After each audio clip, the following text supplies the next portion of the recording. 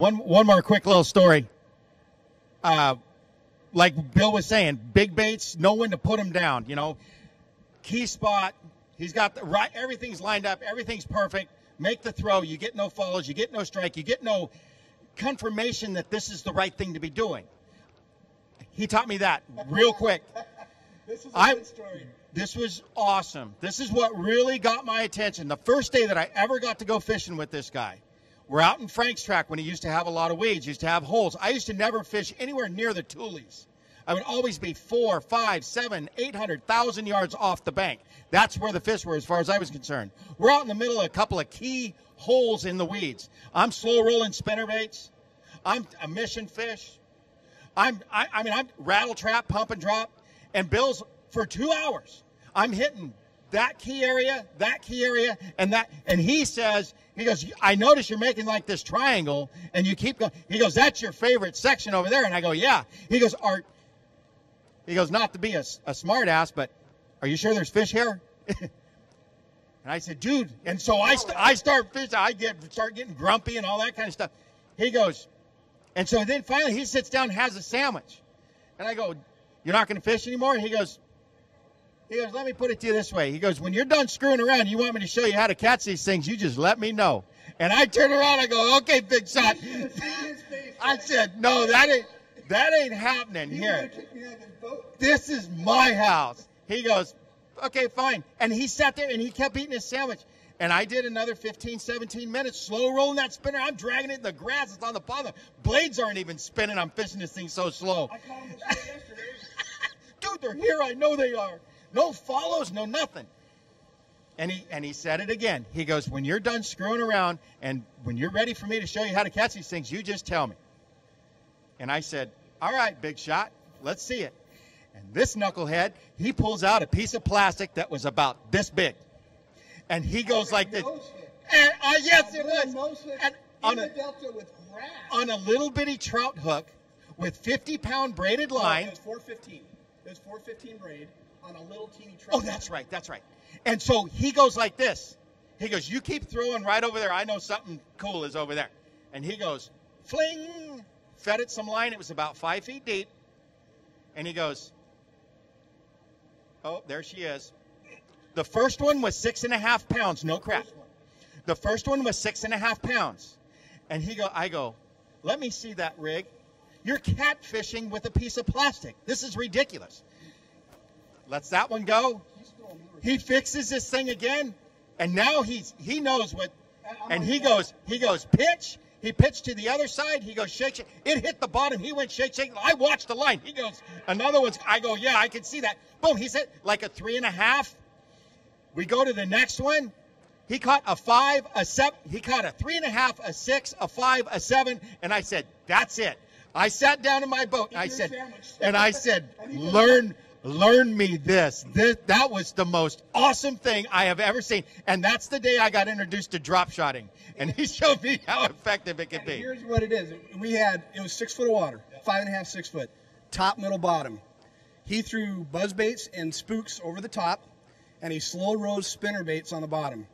He missed the middle. And every time I go, Bobby, you sure that? He goes, oh, yeah. Oh, I'm telling you. I'm going, he missed the middle. And I sat there with a 3.5-inch hand-poured grape, purple, it didn't matter what it was, nose hooked. And he goes, are you just nuts? And it was lights out. And he didn't tell you this part, but before he put me out of that boat that night, he took my rod.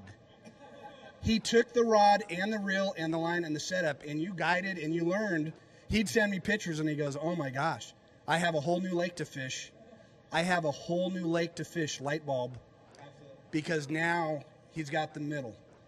And that's in 6 foot of water. You can do the same thing in 15, 20, 30, 80, is understanding techniques and fishing those zones. And I learned so much from him too. So, I mean, we both shared, and that's the biggest thing what we're doing here is we're giving you information to turn on light bulbs. And when you go catch fish, you got to sit there and sit back and go, yeah, there's something else going on that nobody's ever talked about, but you're hearing it here. You know, so get on the website, check out theBBZ.com, theBBZtv, ask questions. I got Twitter, Instagram, and I give out more information that is legit legit stuff than most people because I know how hard it is. Am I going to tell you all the secrets? Absolutely not, because I'm still learning and I want to enjoy it. But there's a lot of stuff out there that you guys can use and hopefully catch more fish. And this is all species. Crappie fishing, you've seen me fish shadows. Guys have seen me speed troll Carolina rigs in the Sierra for trout. Striper fishing over 250 foot of water at Castaic. Bass fishing, you know, you name it. Smallmouth fishing, fishing shad. There's a lot of stuff out there and it works for any predator fish. You just got to start thinking different. Become the prey, go get bit. Go get bit, go get eaten. And you're going to catch more fish. One more question and we got to get going. I understand how the a tree shadow makes an inside corner funnel on the where it meets the bank, but I don't understand how it makes a funnel at the point. Okay, the thing is what you're looking for is you're looking for where fish can go up into an isolated area. He's talking about a tree shadow. Okay, when you look at a shadow, I don't know how many guys fish Castaic or Diamond Valley or name it, but anytime at low light situations, you watch the shadow grow across the water, okay, or come in. I like incoming tides, incoming shadow tides. When you see inside pockets or points or shadows, so it could be from a tree, a house, a mountaintop, you name it, wherever it makes irregularities, those little points, those little cuts, they create funnels. Now, any inside funnel are guaranteed. Those are like money spots. But when you have a point, when you have an isolated point, that's a funnel because what happens is it's isolated. The whole water like this is coming down to that one little teeny point that's sitting here. And what happens is the shad will come here and the shad will get here and they'll run on both edges. And the bass can sit here and eat against this tip of the point. They could hit here on this tip, or they could hit here this, even though it's this big. I've caught fish out of shadows no bigger than my fingers right there, and they're monsters. And it could be in 60 foot of water. Because that's a place where bait fish is going to hit and do a directional change. You ever see bait fish go through the water? Pay attention. They go down the bank or they go through grass. Bobby showed me in the Delta. I said, yeah, they do the same thing at home. They go through grass lines and they do this. And then what they're doing is they're hitting a pocket of grass and they're going, oh crap. And they do a directional change. They go down the edge and all of a sudden they hit a little outcropping. And then they go around it. Same thing. They do that against grass. They do it against rocks, trees, and shadows. The fish know this when you find those areas. Money. So you want to sit in the shadow and bring it up to the tip? Yeah, I like fishing in the shadow because I'm hiding. I'm the boogler. I'm out of the picture. I don't exist. I want my bait to be focused. I want the sun to be on it. I want the bass goes, there's a little shad bait, and it's going to come up to that shadow, and that bait, when it hits that shadow, is going to do this, which I create the illusion of realism, and I do the exact same thing, what the bass expects to hit, and that's the sea, and that's what I do. Sometimes I have to be in open water, but I prefer to hide in the dark and let the fish see what it needs to see. Any more questions? We got time for one more question. Oh, sure. As a kid, but the Nickel brothers did it in Tennessee for the smallmouth. The hardest thing is trying to get, first of all, you got to understand fly fishing because you have a fixed bobber system if you've seen my videos, and depending on your height and your rod length, that's your distance you're fishing. It's a great wintertime technique. It excels. People never use it this time of year on pre-spawn and spawn. I've caught monsters up to 17, 18 pounds on this. The hardest thing is being able to load the rod and fish it. When you're fishing bluff walls, over humps, in any type of funnel, the biggest thing is what Bobby says, when it's flat calm and it's just brutal tough, that actually excels pretty good because it's such a neutral buoyancy, suspended animation. Bait sits there suspended under a bobber 10 foot down in 15 foot of water or 50 foot of water. They dig that on really just nothing days. But you have any plus factors, wind, mudline, bait fish, when that plus factor happens, it increases it. The biggest thing is understanding how to use the wind and all the elements and current to position your bait for you. Did you guys see the video where I did with the float fly around the tree? Okay. I used the wind. I quarter angled the wind up. There's a tree sitting here in like 5 to 6 foot of water. I was able to fish, throw my bait upwind, get my line, whip the line up in the air and create a balloon, let the wind grab that friction of the line and pull the bobber behind the tree.